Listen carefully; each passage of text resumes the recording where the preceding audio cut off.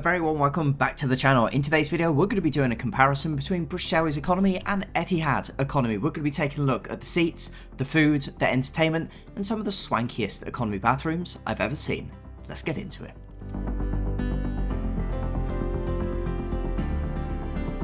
We'll kick off by having a quick look at the all-important ground experience with both airlines. Now firstly, when it comes to British Airways, their home is London Heathrow's Terminal 5. They also operate a number of flights out of London's Gatwick, so you're typically going to be either checking in here or at the very least transiting through one of the airports. In terms of the check-in experience, this has become far more tech-enabled in recent years. The experience I've always found to be really quite good, whether it's Heathrow or indeed Gatwick.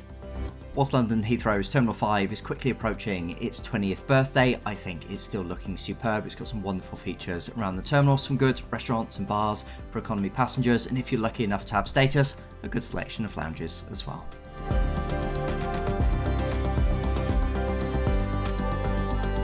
Heading out to Abu Dhabi, which is in the United Arab Emirates, of course the home of Etihad. How do things there fare? Well, the good news on this front is they've very recently opened a brand new terminal which plays home to Etihad. I've used it a number of times in recent months. Oh my goodness, it's absolutely phenomenal. I've always found the check-in experience here to be very good. Transit experience, absolutely wonderful. Just check out this terminal. I think for me personally here, even though BA are good, Etihad are very slightly ahead. And just like BA, if you've got status, there's some very good lounges to use.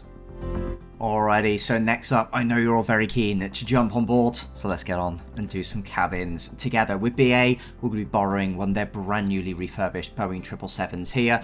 This aircraft was only refurbished a few weeks before I jumped on board, so you're seeing the very latest and greatest in terms of what they offer. Now, in terms of the cabin layout, it's not palatial. That is pretty typical of economy in this day and age. Interestingly, both Etihad and British Airways have a standard seat pitch of 31 inches. What does that mean? It's the space between the rear of the seat and indeed the one in front. It's that all-important legroom. In terms of the new BA seating, I quite like actually the design. To be honest, it's nice and spongy, well padded. You've got the adjustable headrest. I think in terms of economy, British Airways do things pretty well.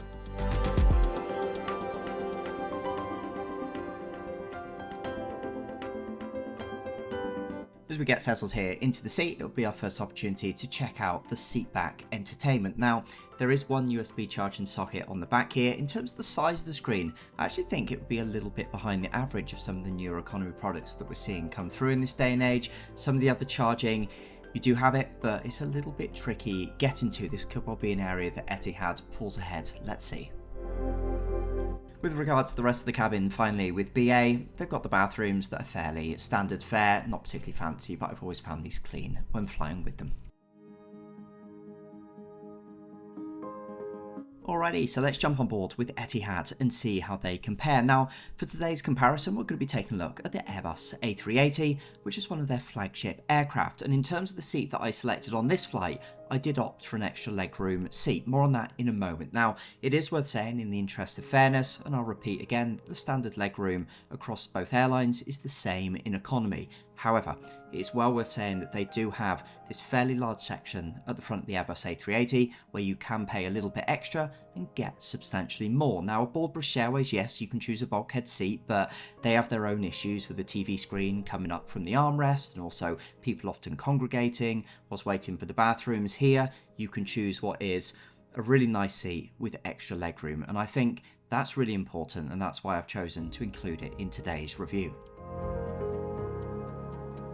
I think for me personally, when it comes to the cabins, Etihad is ahead for the following reasons. Firstly, I really like the headrest. They add a little bit of privacy by just helping to break down some of the sight lines in an economy cabin. I also particularly like the fact that all of the charging is within very easy reach. Additional to that would be aspects such as the bathrooms. And as we go a little bit further into this review, I'll mention it a few times, but Etihad does a really wonderful thing that few other airlines do, where even in the cheaper seats, they still make you feel special, and it's little things such as bathrooms like this in an economy cabin that you just don't get with most airlines, and why for me personally their cabins are well ahead of British Airways. So next up, let's broach the all-important topic of entertainment. Now, when it comes to entertainment, British Airways have the High Life entertainment system. It comes with, sadly, a fairly cheap pair of headphones, but actually beyond that, I think it's really good. It's packed full of really good content. And what I particularly like with British Airways is that in this day and age, when it comes to Wi-Fi, you can access messaging at least completely free of charge, and the rest of their rates are very reasonable. For this reason, I think overall, their entertainment is really pretty strong.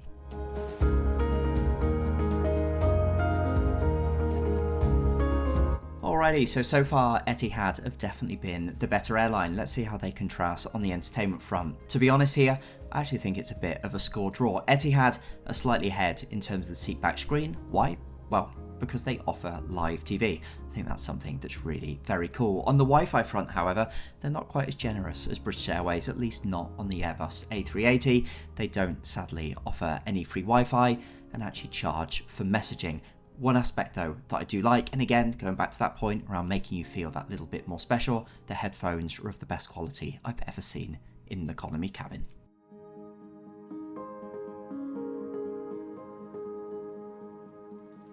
Next up, let's talk food and drinks. It's ever so important, particularly on those longer journeys. Now, starting off once again with British Airways, I think their offering here has got ever so slightly improved in recent times. This footage was from the back end of last year, and there were some very noticeable improvements made. It is well worth saying with BA that I've always found them to be incredibly generous when it comes to alcohol, so that's always a nice touch. In terms of the food then, I think there's been some visual upgrades. The economy tray looks ever so slightly less cheap than I think it has done in recent years. Still looks a little bit economy-esque though, I must say. There's no particular effort here to go that step further, but they do indeed seem to be trending in the right direction. In terms of the food itself, well, I've always found most of it, particularly with this dish, to be actually pretty decent. Now, just like seeing is believing, as we say in the UK, the proof is always in the pudding. So let's give that wine a try and see how it goes down. Now, in economy, you're not expecting particularly luxury wines, but something half decent would always be appreciated. This one definitely didn't hit the mark. Where BA do, however, hit the mark is snacking between meals. You can always head back to the galley, and generally you're greeted with a warm conversation, cup of tea, and nice snack. It's very British, and I think it goes down well. Would finish, however, by saying one area they really need to improve is the second service. So let's contrast all of that for a moment then with Etihad. Now, when it comes to Etihad, for me personally, they're a cut above. Why? Well, firstly, it's the look and feel of the meal tray. Gone is the usual tinfoil and metallic little dishes. It looks and feels less economy-esque. I also found the food to taste a little bit better as well.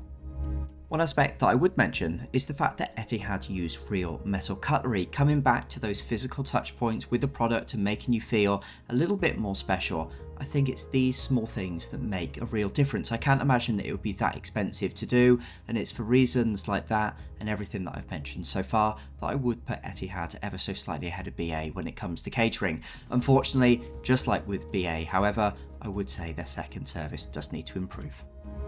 In terms of my final thoughts, I think Etihad are well ahead. They beat British Airways currently in a number of different areas, but it's that fact that they make you feel like a bit of a superstar even when you're flying in the cheap seats that makes such a difference. Arrive into an Etihad seat, get in a much higher quality pillow, nice feel to the blanket, and even an amenity kit is a step further than what other airlines do, and it's for that reason, amongst so much else, that I do think they're a little bit ahead of British Airways at the moment.